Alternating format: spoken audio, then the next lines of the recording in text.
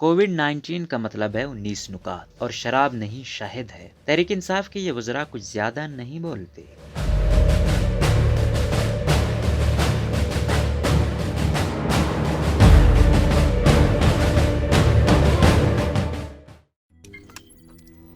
روزنامہ قدرت کی ویڈیو دیکھنے کے لیے ابھی یوٹیوب چینل پر سبسکرائب کریں اور بیل آئیکن پر بھی کلک کریں۔ کہتے ہیں خالی ڈبہ آواز زیادہ کرتا ہے، کچھ ایسا ہی حال ہماری حکومت کے منتخب شدہ وزیروں کا بھی ہے، جن کو وزارت کسی اور کام کے لیے سونپی گئی ہے، لیکن ہر قسم کی گفتگو میں دخل اندازی کرنا وہ اپنا فرض سمجھتے ہیں۔ آج ہم بات کریں گے ان حکومتی وزراء پر جو اپنے کام سے زیادہ اپنی بے معنی گفتگو کی وجہ سے زیادہ مشہور ہیں۔ شہباز گل کی لڑائیاں اور مبارکبادیں۔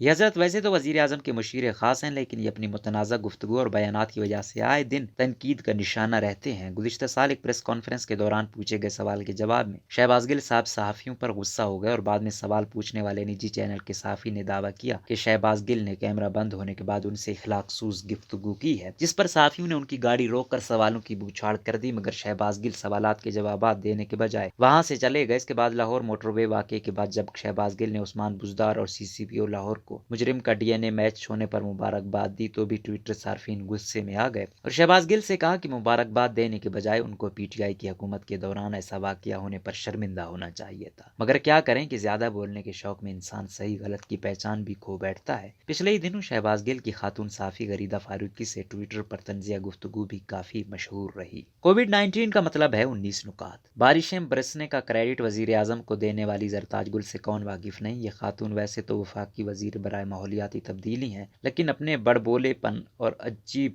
غریب بیانات کی وجہ سے خبروں کا حصہ بنتی رہتی ہیں۔ 2 سال قبل تمام بڑے سیاستدانوں کے کسی غم کے موقع پر لی گئی تصاویر کا کولاج بنا کر ٹویٹر پر پوسٹ کرنے پر صارفین کی جانب سے شدید تنقید کا نشانہ بنایا گیا اور اس حرکت کو انسانیت کے منافی کہا گیا۔ اتنا ہی نہیں، اس ٹویٹ کے جواب میں بختیار بھٹو سے تیز زرتاج گل کی ٹویٹ پر جنگ کافی مشہور رہی۔ اس کے علاوہ پچھلے دنوں زرتاج گل نے کووڈ-19 سے متعلق کہا کہ کووڈ-19 کا مطلب ہے کہ اس کے 19 نکات ہیں جو کسی بھی ملک میں کسی بھی طریقے سے لاگو ہو سکتے ہیں، اپنے قوت مدافعت کو پیدا کریں، یہ فلو ہے۔ زرتاج گل کے اس مضحکہ خیز بیان اور ماحولیاتی تبدیلی کے وزیر ہونے کے باوجود کووڈ-19 کی اصطلاح سے ناشنا ہونے پر عوام نے ان پر خوب طنز کے ٹوکرے برسائے۔ ٹاک شو میں بوٹ لانے والے فیصل واوڈا۔ ٹاک شو میں فوجی بوٹ لے کر آنے والے فیصل واوڈا بھی زیادہ اور بے مقصد بولنے میں اپنا ثانی نہیں رکھتے۔ ٹاک شو میں فوجی بوٹ لا کر اور طنزیہ گفتگو کرنے پر لوگوں نے نہ صرف فیصل واوڈا کو بلکہ ٹاک شو کے میزبان کو بھی آڑے ہاتھوں لیا۔ اس کے علاوہ ایک بار اللہ کے بعد دنیا کی سب سے عظیم ہستی عمران خان کو قرار دینے پر فیصل واوڈا کو اپنی جماعت سے بھی تنقید سننی پڑی۔ زیادہ بولنے اور انتہائی حدوں کو چھونے والے بیانات دینے میں فیصل واوڈا کا کوئی ثانی نہیں۔ فواد